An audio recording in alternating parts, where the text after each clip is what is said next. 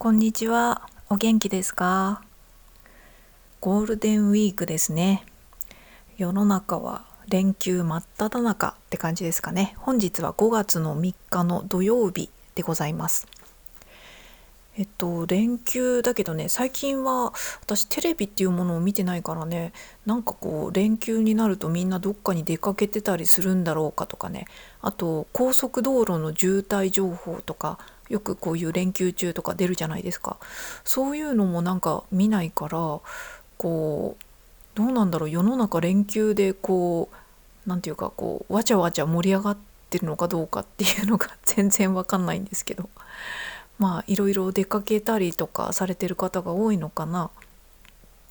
でもうコロナの時のね、この外出が規制されていた時の名残みたいのはもうすっかりなくなったんですかね。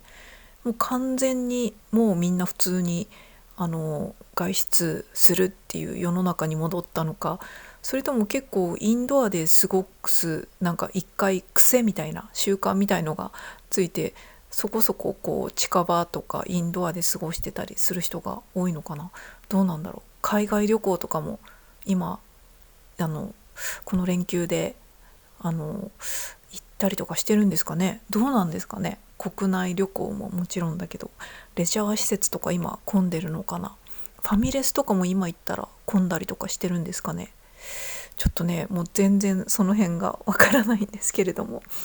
まあ連休をね出かけたりする予定がある方はぜひ楽しんできてください。まあ私はね、この特にサラリーマン的な生活をしてるわけじゃないので、家でね引きこもってパソコン開いて一人でポチポチポチポチってやって、あの本当に自分がやりたい時間に頑張るっていうスタイルなので、まあ、全然ねその休日とかそういうのがない生活なのでね、100% 自分のペースで生きてる感じですね。だからそこはね今の自分に合ってていいなっていうのは思いますね。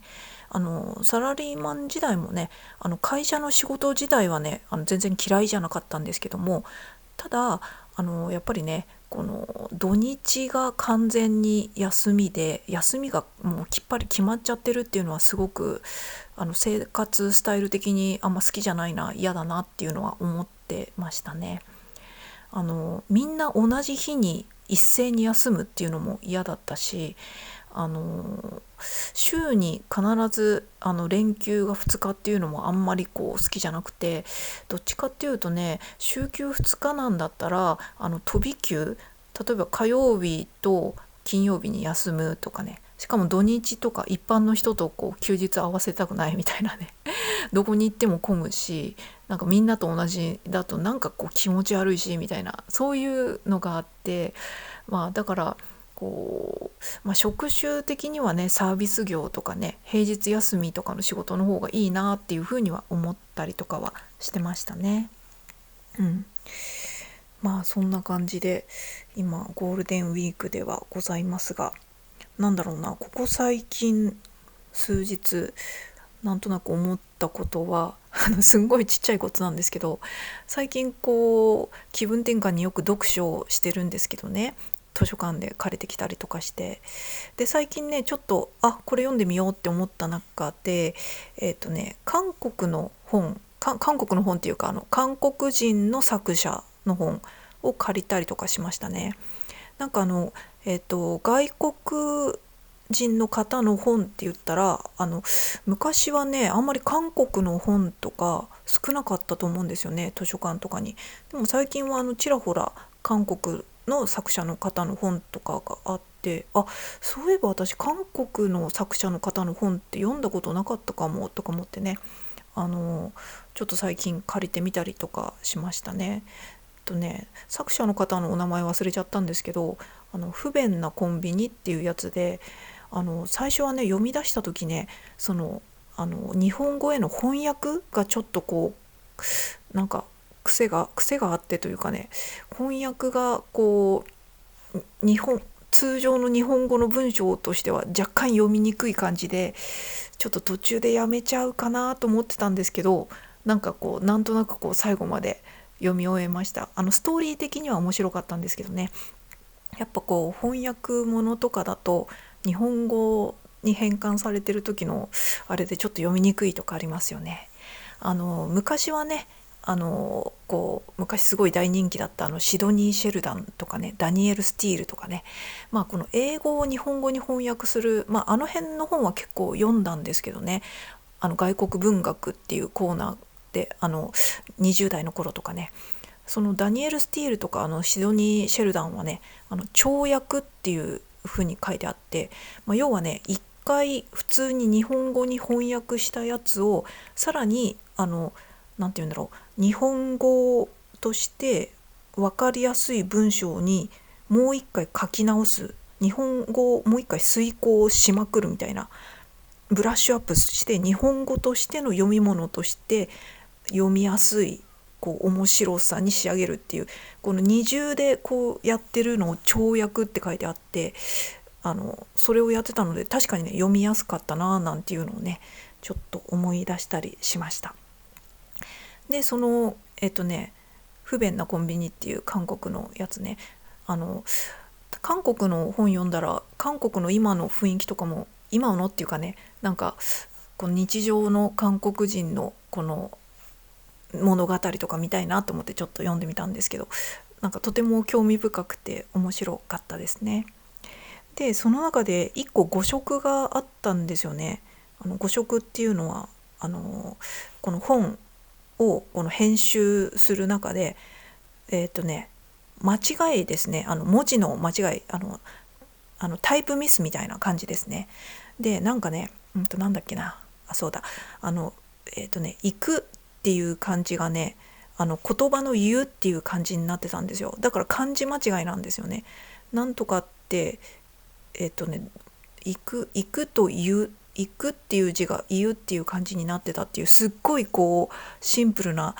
間違いの誤植なんですけども、そもそも誤植ってね、こういう結構シンプルなというか簡単な部分こそ誤植になりやすいんだろうなっていうふうには思うんですよね。編集部の人が遂行していって間違いを見つけて、それでチェックを入れるとかいう時って意外と難しい部分とかってしっかり気合い入れてやるけど、なぜかスッて素通りしちゃうこととかってあると思うんですよね。だから結構なんでもないところが変になぜか素通りされちゃってミスのまま残っちゃうっていうパターンとして、だから誤植って結構ね、すごく簡単な部分が間違えるっていう部分がね多い気がしてたんですね。でたまにしか見ないし、でそれ図書館の本なんですけど、そのねこの言うっていう行くっていう表現が言うっていう漢字になってたところを鉛筆で二重線で訂正されてたんですよ。で横に鉛筆で行くっていう字に書き換えられてたんですね。でこれ多分ね前に読んだ人とかが誤植に気づいて直してくれたんだと思うんですけど、なんかねそれを見てね、なんかねちょっとねごめんなさい、ちょっとね嫌な気分になっちゃったごめんなさい。なんかね随分無粋なことするよなって思っちゃったんですよね。でなんかもしこれがねすっごく難しい内容で難しい漢字とかなんか難しい言葉でこれだとみんながそのままなんて言うんだろうな、そういうんだったらまだもしかしたら許せたかもしれない。でも誰が見ても誤植だって分かるところを鉛筆で、ボールペンじゃなかった分だけまだいいんですけど行くっていう字に直してたのを見て、なんかなんか直さなくてもいいのになと思って、なんていうか本読みからすると誤植ってたまに見つけるとね、ちょっとしたなんかなんだろうね、嬉しいってわけじゃないんだけど、なんていうかね、そこに編集部の人とかなんかそういう愛が感じるんですよ。愛を感じるんですよ。この本に対しての、本が人の手で作られていた、で何度もチェックをしたけどもこういう誤植もたまにあるっていうこの現象にね、なんとなく愛を感じるんですけど、よくわかんないんですけどそう遂行とか、この場合は構成っ言った方がいいかな。この間違いを直すっていうことになるので、遂行や構成して出来上がった本なんですけど、そのちょっとした簡単なところをこの読み手の人間がこうピッピッて鉛筆で直したっていうところに変にね傲慢さを感じてしまったっていうね、なんかこう間違っているのを直してあげた、だってこれが親切であり正しい行いだからみたいな、何も考えず正しい行いをした当然でしょみたいな感じに思えてしまって、まあもちろんやった人はねそんなこと思ってないと思いますよ。気軽な気持ちで間違ってるわと思って、でさすがにボールペンじゃあれだからちょっと鉛筆でこうちょっと書いてあげたっていうね、そういうこう気軽な気持ちでやってくれたのかもしれないですけども、なんていうかね、それがねすごくねこうなんか無粋だねっていうふうに思ったっていう、まあそういうふうに思っちゃう私もちょっと性格悪いのかなっていう気もしますけど、まあそんなことを思ったっていう話です。すっごいちっちゃいことなんだけどね。あとね、そしたらね、その1週間後ぐらいに読んだ全然違う本でまた誤植を見つけたんですよ。この誤植なんてね何年に1回見つけるかどうかぐらいのやつなのに、誤植がこんなに続けて見つけられるなんてすごいって思ってね、なんかこう物事って重なるよねって思ったりとかしました。なんかすごいしょぼいことでなんかしみじみしてるんですけど、その誤植はびっくりするぐらい清々しいくらいの誤植で、あのなんかびっくりしちゃって、こんな風な誤植があるんだっていうことが面白かったですね。なんかそれは漢字の間違いとかじゃなくて、多分こう文字をパパパパって入力するときになんか間違ってペーストしちゃったのかな、わかんないけど、なんかでもこの遂行の段階でなんでそれがそのままになっちゃったのかちょっと分かんないんですけど、セリフがあるじゃないですか、鍵括弧で何々何々何々っていう、そこに人の名前が書いてあったんですよ。ちょっとなんて言ったか忘れちゃったけど、人の名前幸吉っていうね、時代小説で幸吉っていう名前が書いてあって、全然そのセリフに合ってないんですよ。幸吉何々何々、なんでこれ幸吉って出てきたみたいな。そしたらその何行か後にもう一個幸吉って貼ってあって、まだセリフのところにで、全然その内容的にも言ってる人にも全然幸吉じゃないんですよ。だからなんか間違ってペーストしちゃった、貼り付けしちゃったみたいな感じなのかな。このキーボードで入力する上での、例えばコントロール V みたいなのとか、あとこう何回かこう戻した時にコントロール ZZZ とかでこう慣れてやっちゃうと変なところが逆に後々最終版で修正した時に変なところ間違って知らない間にペーストしちゃったとか、そういうのあるから、そういうのなのかなとか思ったりとかしましたね。なんかすごいこんなに堂々とした誤植初めて見たと思ってちょっと感動しました面白かったです。で次のページになってもなんか一つ誤植があって、絶対ここクエスチョンマークじゃないよねっていうところにクエスチョンマークがついてたんですよ。なんかセリフでなんとかなんとかなんとかって言ったことに対してはいっていう風に返事したところが、はいの後にクエスチョンマークがついてて、これ絶対はいじゃなくて絶対はいって返事してる部分だよね。はいって絶対にこうクエスチョンマークつかないところについてて、なんか誤植がこの2ページの間のこの誤植の嵐なんだろうと思って、ちょっと面白かったですね。まあその本もね一すり目のやつだったんで、もしかしたらこの10番とかかかったやつは治ってるかもしれないですけども、ちょっとねそういうの見つけるとなんかこうちょっとやったほどじゃないんですけど、なんかちょっとこうふっとしたそういう温かい気持ちになります何の話だっていうことなんですけども、まあ数年に1回見つかる誤植がここ1週間くらいで2冊の本で見つかったっていうなんかそんな何の面白みもないお話なんですけどね。まあ最近の私のことといえばそんなことぐらいですかね。うん。まあなんだろう、あとはね、そうね、最近はっていうか、結構日常的に肩こりに悩んでるってほどじゃないんですけどね、ものすごい肩こりっていうか、肩こりっていうのかな、鎖骨のとこのなんかこう関節の部分が凝り固まっちゃって、筋とかがこうなってて、なんかこう固まっちゃったんですよね。だからパソコンずっといじり続けてて、なんかこうおかしくなっちゃって、だからまあちょっとヨガとかこうなるべく肩回して動かしたりとかしてるんですけども、ちょっとそろそろ本格的にねここどうにかしようっていうのをね考えなきゃななんて思ったりとかしてましたね。で、なんかこう私もねパソコンでこう肩に限らず一日中っていうか数時間こうやると、結構1時間ぐらいでこうだいぶ疲労がきて、こうまたちょっと休んでまたやってみたいな繰り返しなんですけど、最近思ったんですけど、結構ね1日のうちに5時間やるのが結構限界かなっていう気がしてきました。あの最初の方はね、もう半年ぐらい前まではね1日8時間を目標にやってて、頑張る日はね1日9時間とかやってたんですよね。でも明らかにもう体がもうバッキバキでおかしくなってたし、明らかにちょっとこう体調的にもね悪くなってたんですよね。そうそう。でもなんかこう普通の会社での仕事でも実労8時間とかじゃないですか。だから自分でも最低8時間はやらないとサボってるでしょっていう気持ちでやってたんですけども、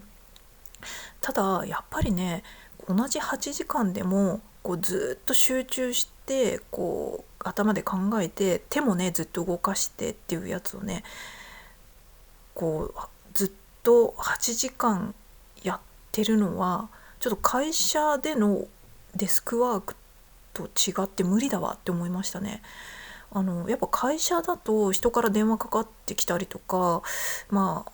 ールを打ったりとかチャットで連絡したりとか、こう人とのやり取りもあるし、なんだったらたまにねこう席を立ってあの紙のファイルを取りに行ったりとか、データベースでも保管してるけど紙の方が分かりやすいものとかもあるから、結構ファイルを見に行くとかそういうのもちょこちょこあったりとかするんですよね。でたまにこう違う階の経理部のところに何かを確認しに行ったり届けに行ったりとか、そういうのもあったりとかして、そういう時はね、私はエレベーターとか使わずになるべく階段でね、そうだな、5階、上下5階までだったら階段で行くようにしてましたね。うん。さすがにそれを過ぎるとちょっと運動にはいいけどちょっと仕事の時間が減っちゃうみたいななんかそれはちょっとみたいな変なとこで真面目な部分があるんでそうそう。それでそういう感じでね、結構体もちょこちょこ動かしてたし、ちょっとした時にねこれってこうだったっけって人に聞いたりとか、この会話もあったりとかで、なんだろう、その同じ1時間でもずっと集中して何かを自分の脳で考えて手をずっと動かし続けててっていうのではなかったから、やっぱりね負荷が違うなって思いましたね。なんだったら8時間会社のですごい一生懸命働いてたとしても、そういういろいろちょこっと立ったりとかちょこっと人と話したり、もちろんね仕事に関係あることでいろいろ相談とかそういうので話してたりとかでも、結構脳は休まってるというかね、気分転換になってるっていう部分もあったんだなってすごい思いましたね。だから一人でいろいろ考えて、もう集中的にこれはこうだああだって考えながらでずっと手も動かし続けているっていうのはね、5時間でもね、多分会社で10時間ぐらい働いたぐらいはやっぱ倍ぐらいの負荷はあるなっていうふうに思いましたね。だから毎日これを8時間とか今のやつを続けてったら、それは体調的にも来るよって思って今は思ったんですけど、その時は8時間しか働いてないのにちょっと体が痛いとか、メンタル的にもわーって疲れたとか思ってしまうこと自体が気合が足りないというかね、何疲れてんだよみたいなね、ちょっと内心少しツッコミがねつい入ってしまってたりとかするんですけども、やっぱ負荷は違うなっていうのは思いましたね。でそれでさらに思ったのは、働き方がねこういう今ね会社と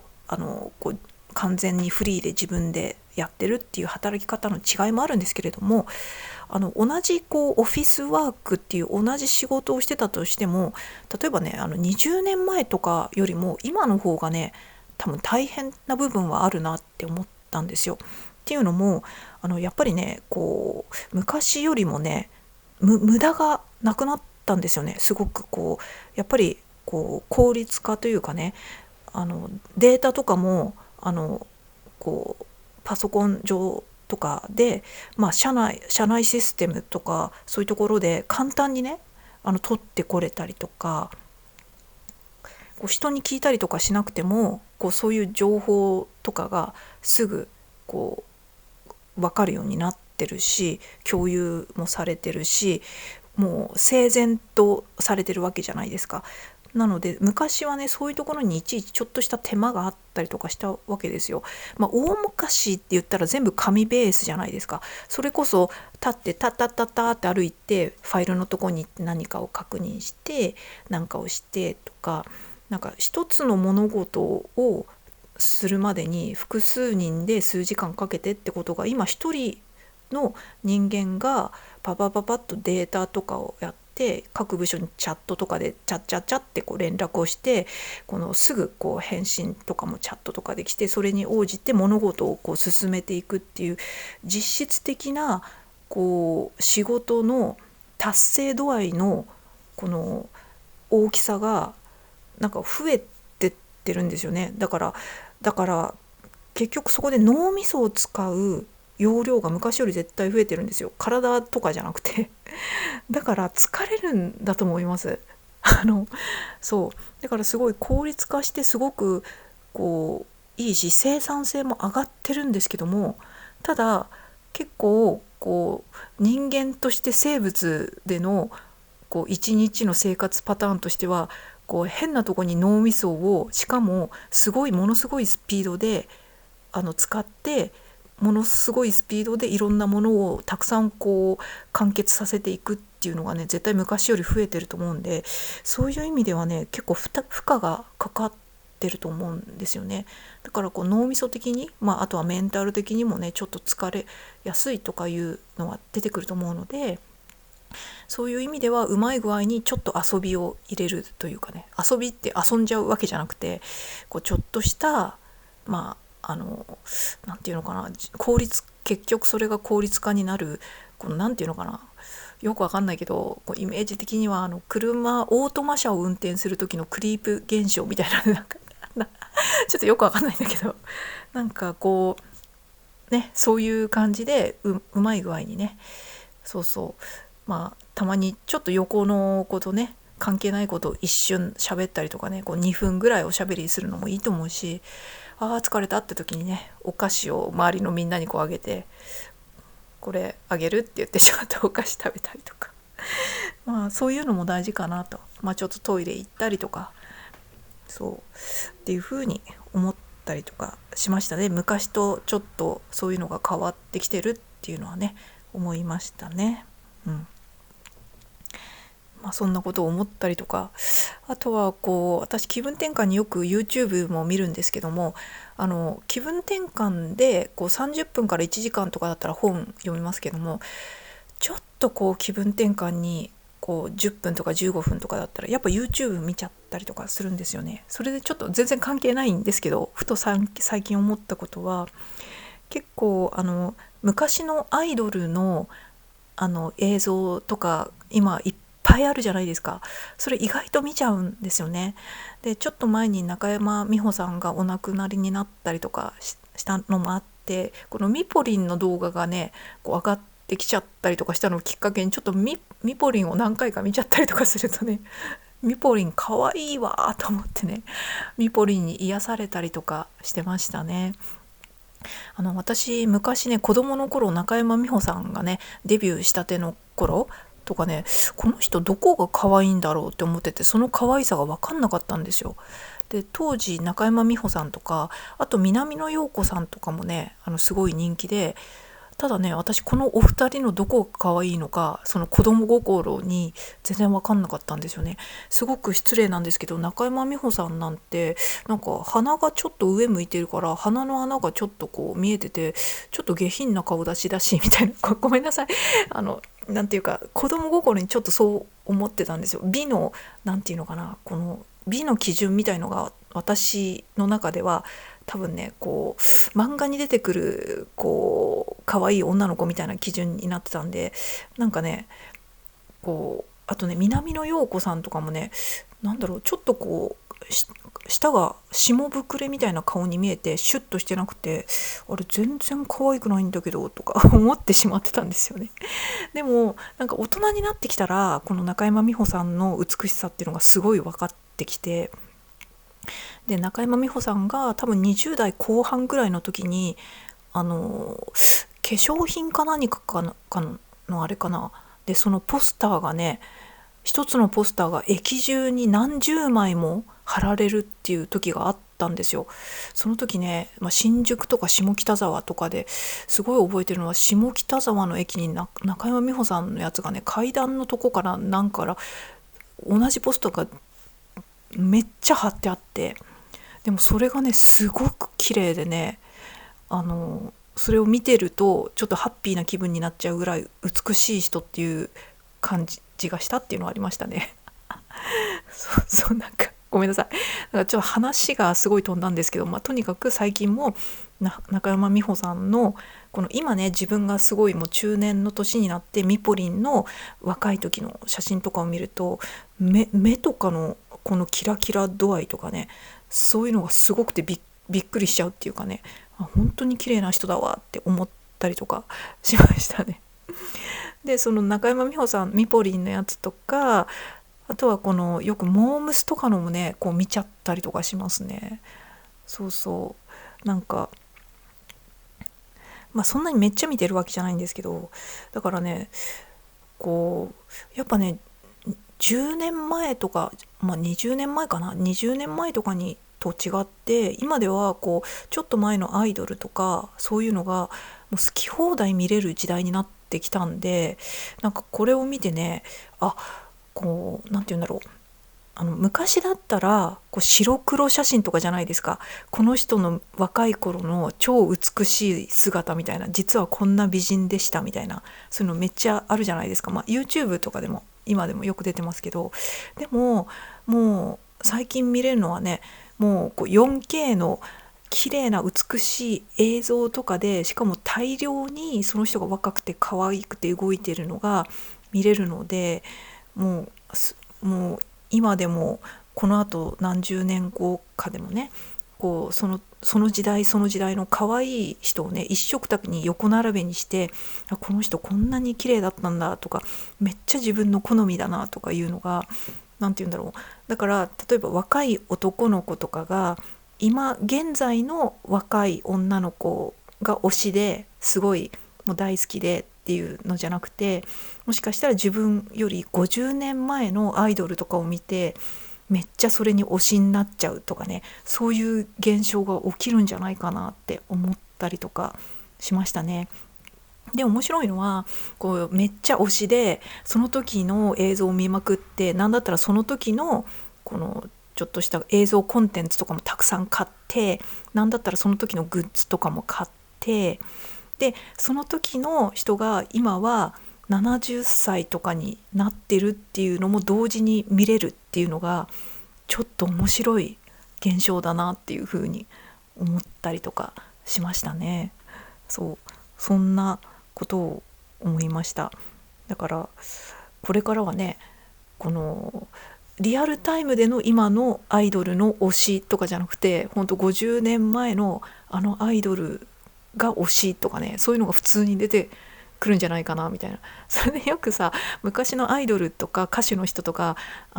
もう結構中年とか後年とかになって、ディナーショーとかで歌ったりするじゃないですか、若い時の。なんかそういうのに何気に18歳とかの若い男の子とかね、まあ、逆のパターンだと女の子とかがねこう普通に来てると面白いなって思いましたね。だからもう映像でその人がめっちゃ若い時のこのかっこいい時とか超可愛い時とかの映像を見まくって、超ファンで推し活もしてて、でもうもう尊い気分のまま、その方が70歳とかのディナーショーとかに来て、あの時の可愛さがまだ残ってるなみたいな、こんな感じで年を取られたんだなっていうところでまたキュンとするみたいなねなんかそういうディナーショーに若い子が来るっていう現象が起きたらちょっと面白いし、なんか自分もそういうの体験してみたいなって思ったりとかしましたね。こう自分もっていうか、なんだろうな、自分が今若い可愛い、私あんまりね推し活とかしてないっていうか、あんまそういうのないんで、それは私は楽しめないかもしれないなまあそんなことを思ったっていう感じでございました。はい、それではまた。